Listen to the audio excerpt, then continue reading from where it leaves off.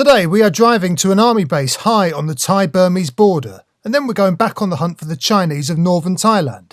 I know we've done that all before, but this is different. Trust me. I'm going to be driving for about 6 hours today, so sorry Mum, I know you don't like it when I make too many edits and skip over things, but we've got a lot to pack in, so let's get to it. This is Don't Look East. Whilst the borders of Myanmar are currently closed, I'm doing the next best thing and travelling down the entire Burmese border with Thailand to learn a bit more about the place and meet some of the people. Sounds good, doesn't it? Well, why don't you join me? Let's go.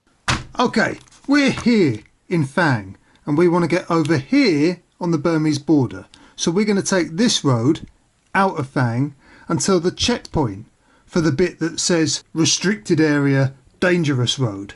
And if we get through, happy days. And if we don't, then we've got to go all the way back to Fang and going out again. Let's see what happens. Let's go. Before I leave the town of Fang, first I've got to have some soy milk and donuts for breakfast. And then have a quick look around the market. They had some good stuff here. Some tamarind leaves for tamarind leaf salad. Some banana stem for Burmese fish soup. Grilled frog on a stick.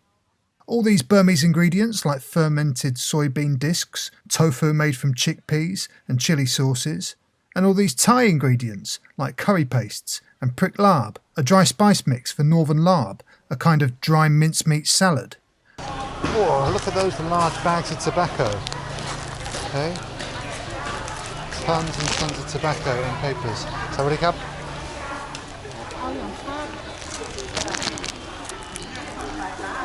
อันนี้ปลายเมี่ยงใช่ไหมครับเมี่ยงโอเคครับ Interesting.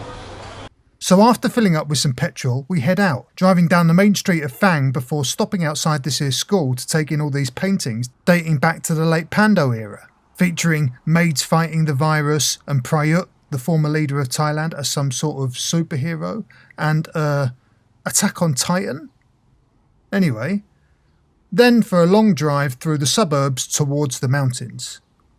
Sometimes I watch back this footage of me driving and I say something to the camera and I've absolutely no idea what I was thinking or seeing at the time. So it took me a few times watching this back, laughing at something, before I spotted that it was a woman driving a scooter with her 3 kids on board. This is Thailand. Eventually the last suburbs of Fang end and we find ourselves back on the road surrounded by the mountains of northern Thailand, and the closer we get to the old restricted area dangerous road, the worse the road gets. Until we finally get to a manned checkpoint to have a chat with some Thai soldiers to find out if they will let us press on. Here we go. Sawadee krap. ไปตรงไปได้ไหม No โอเค ต้องขี่ย้อนไปแต่คือตอนนี้ด่านปิดอยู่ห้ามผ่าน เอาด้วยไม่ใช่ว่าแค่ด่านปิด เพราะว่าทางเส้นทางมันอันตรายครับต้องไปอีกเส้นทางหนึ่งไปทางสังเกตครับ ผมครับ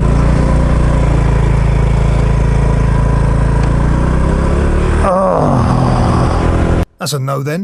We know what that means. Back to Fang we go, before going down the motorway and back out on the other road, which looks a lot like the one from before, until we finally get back in the mountains and hit this insanely steep set of hairpin bends, leading us up towards the army base on the border. I'm not joking about steep. This sign says don't do it on an automatic bike, which explains why this was a bit of a struggle on our automatic bike. Nothing we can't handle. Onwards! Come up. Time for a quick stop to take in the view at this campsite. This is the backbone of Chiang Mai province. This is what separates Chiang Mai province from Myanmar.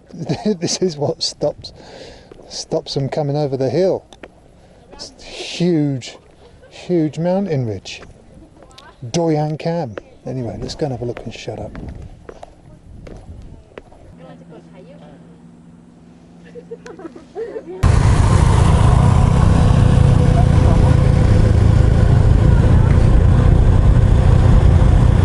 You can't park there, sir.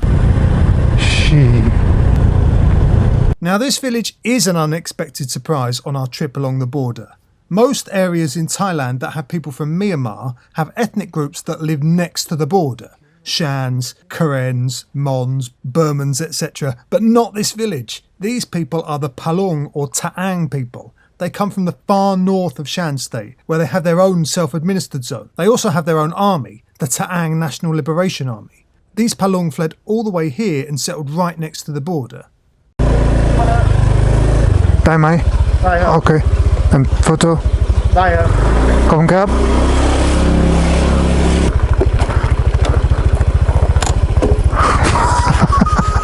I can't park my bike next to all these Harleys. Mate, I'm on a point and squirt. I can't. They'll laugh me out of the shop. I'll go have a corner of shame. Just walk across this helipad. And here we are. So this is it. This is the border of Thailand and Myanmar again. And we're so close to where the first checkpoint was. But for whatever reason, that bit of road between here and there, for today, they're not letting us cross it. Tomorrow, maybe they would. Who knows? Here's a little army barracks. You can see all the trenches and bamboo sticks. This is like a... Shut up, dickhead. This is a functioning army base. But for whatever reason, they've built selfie points. So that's an army base up there. So behind me is 4 army bases. One of the Burmese army, one of the United Wa State Army. They're allies. They won't be in conflict. I really like that there's a hugging selfie opportunity from this army base looking out onto another one. I mean, it's absurd.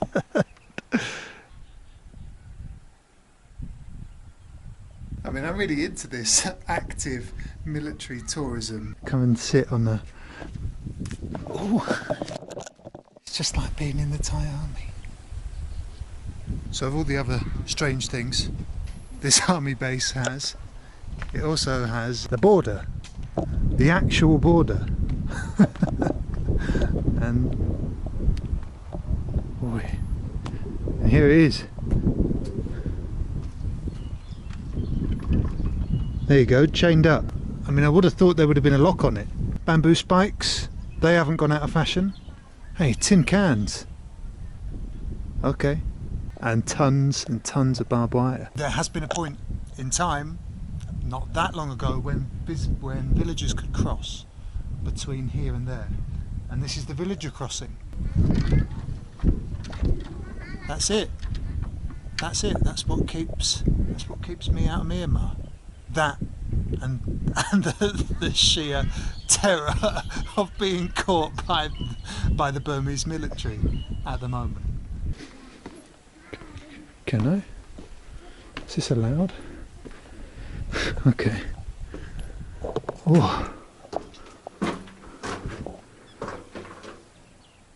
I did not expect to be in so many bunkers on this holiday.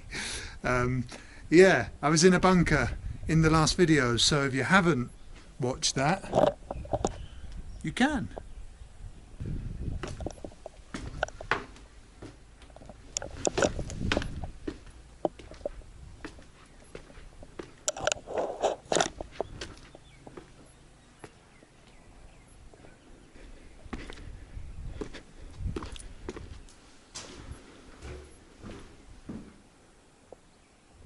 Feels like you're not meant to be here, even though you're expressly meant to be here. I don't know.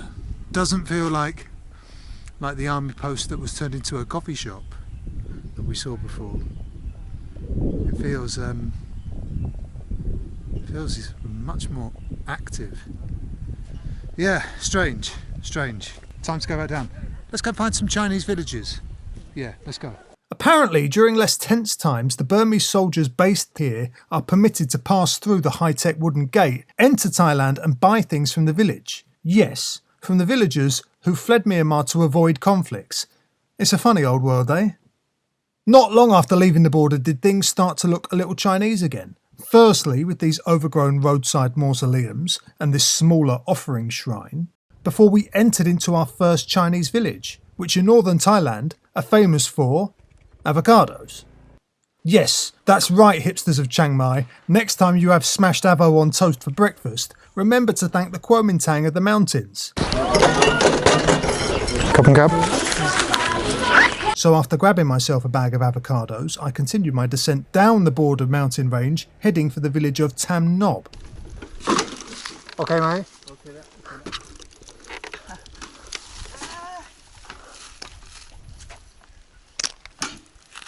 Ui.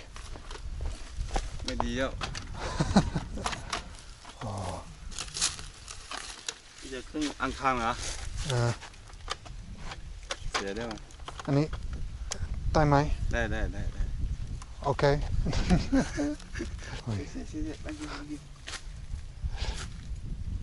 นี่มาจากไหน เอา ไม่ได้ โอเค โอเค โอเค โชคดีครับ Before we were in Doi Mae Salong, and there was the battalion of the Kuomintang soldiers that were under the control of General Tuan, and today we are looking at another battalion that was under the control of General Lee. So this is General Lee's residence, and this was the parade ground. Remember when we were in Doi Mae Salong, we saw the descendants of General Tuan's division. Well, here in Tam Nob, we see the remnants of General Lee's division. Whilst both being Kuomintang generals, the two did not get on, and so camped in different areas of northern Thailand, which partly explains the spread of Chinese villages in this region. General's headquarters then, in a wonderfully Thai move, the general's family have converted part of this place into a hot pot restaurant, which during the tourist season attracts Thais from down south to come up to enjoy the cool northern air and eat some stewed meat on a former Chinese military parade ground. Why not, eh? Over here we've got the general's former family residence, and over here we've got the barracks. But should we want to go and see the tomb of the man himself, we have to go to the next village along, like so. Alright, I've just come down the other side of the mountain to Ban Mae Nong, to the brilliantly titled KMT Kuomintang coffee shop. Yeah, if you couldn't guess, this place is extremely Chinese. This has got some really cool photos from the battles that the Kuomintang were fighting when they were being kicked out, moved, retreating from China into Myanmar and then into Thailand. So yeah, let's go and have a look. Lots of pictures of the King of Thailand visiting. Yeah, a huge amount of respect for the king.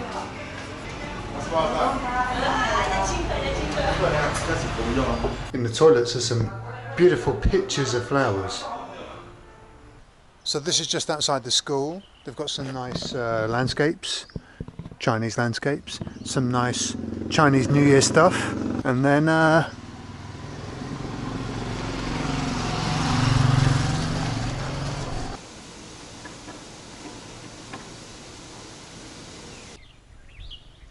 this is the tomb of General Lee. It's still pretty grand, but it's a bit different to the tomb that we saw in Doi Mae Salong of General Tuan. There's a little piece here written by a Thai general that knew the general here about his time fighting alongside him. But what surprises me is that in this, which is etched in stone, the Thai general is kind of critical of how the Thai government acted when these soldiers and generals retired, that the Thais received a state pension, an army pension, but these people that fought for Thailand, but you know, were ex-Kuomintang, were immigrants that were fighting for Thailand, they didn't receive the same honours, same finances. So yeah, it's kind of critical of that and some other things. The local temple is a lovely fusion of Chinese, Thai and even Shan Buddhism, and also a playground for the local kids.